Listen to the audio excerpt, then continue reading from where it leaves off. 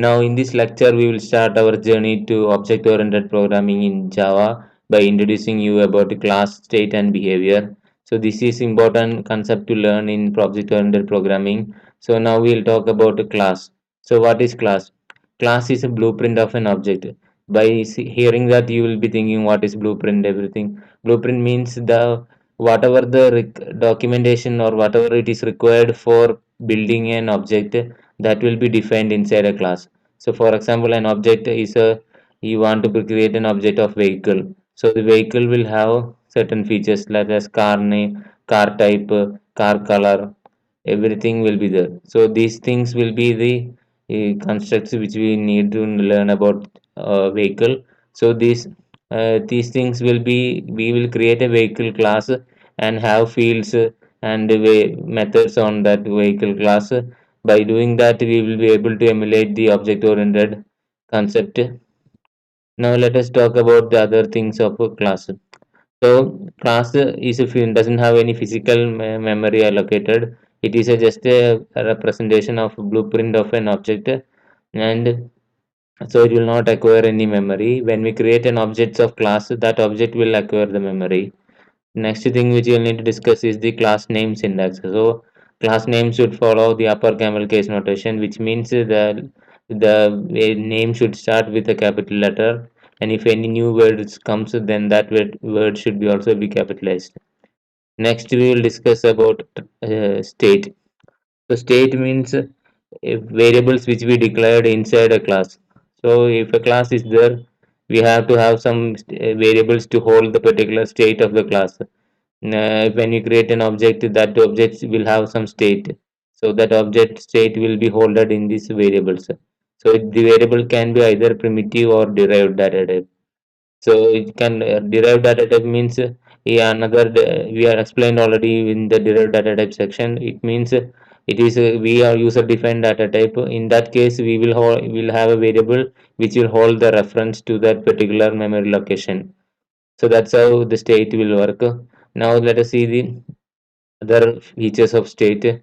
So for example, for state is like if a car is there, if a vehicle is there, then the number of tires can be considered to be a state of it, so that we can initialize it using variables, and then we can manipulate it.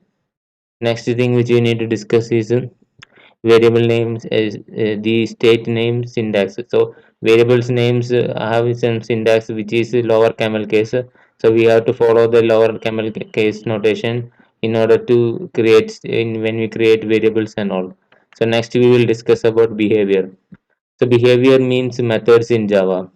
So what are methods? Methods, we already seen that we have created some methods under the class. We have created some methods. These methods will have behave like behavior. For example, if there is a bird will have some properties such as color and its wings. Everything is there. So the another property which you need to learn about behaviors means, for example, for a bird it is ability to fly. So fly will be a behavior for a bird. So like that, for an each object there will be some specific task which it can perform, or certain functionality it can perform. These functionalities are called as behavior, and behaviors are considered to be methods in Java. So we'll write a specific methods for a particular class, and then we will handle the behaviors. So now we need to discuss about is the types of return types we can provide to methods. So methods usually can have primitive or derived data types as their return type, and some cases, and in case of if the method is not returning anything, we have to keep the method return type as void. It is compulsory to have a return type something specified for a particular method. And next thing is the naming convention for methods. So methods follows lower camel case notation. So method name should be start with small letters and will have capital letters if any names any new word will come. So that's it for the behavior and state and class. Now let us see the practical for this. Now let us discuss about a simple program based on class, state and behavior. Here we can see a vehicle class I am created. So the vehicle class has properties such as color, number of tires, everything it has, and it has two methods: start and break. So these methods are the behaviors, and the other things are the state. So this is how we create a class structure in blueprint of an object, or the blue class structure. So using this class, we will be able to create a object-oriented object in Java. Now let us see the program for the main method of this program, where I am calling this method, calling this class. So in the main method, I am creating vehicle object is the vehicle object I am creating. So this is an object, vehicle object I am creating. After creating the vehicle object, I am putting some values into them, and initializing the name and color of that object. Number of tires I am initializing, and after that I am calling the start and break methods, methods respectively. By that I am able to invoke the, you can see how we need to invoke the state. So states are invoked by the dot and dot, the function dot and the method name. Like that I am invoking. So let us run this program to see the output. Here you can see the method, whatever we has written inside the methods of break and start and break, that has appeared. So that's how the state and behavior. Now let us see another program. Now let us see a simple program based on class, state and behavior. Here I am creating a book object. In the book object I have three states: name of the book, author, and number of pages. These are the three states, and I will have a behavior which is the method to print the all the details about the book. So we can access these fields or the states using the behavior. So in this lecture, I am focusing on how to access the fields. Here we can see I am using just simply plussing that variables, and we are able to.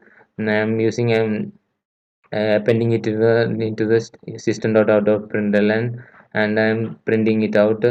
So this is how the state class object is look like. Now let us see the main method to see how they are invoked. So here in the main method, I am creating an object for each book. Three types of book, three books I am created, and for each book I am initializing the variables, and finally I will call the book details to get the book details of the particular books. So this is how the simple code of is explaining the class, state and behavior. Now let us see the output for this program. Here we can see the output has came. So each book's details are being printed. That's it for this program, and we will summarize this lecture. So here in this lecture we have seen the various class, state and behavior, the various object oriented constructs. So here it's important to understand that the way class is very important to understand. We will handle we have to use class everywhere in Java. So each class will have state and behavior. That is the most important thing about a class. So we have to understand about more object oriented principles will be explained in the next lecture. Thank you for watching.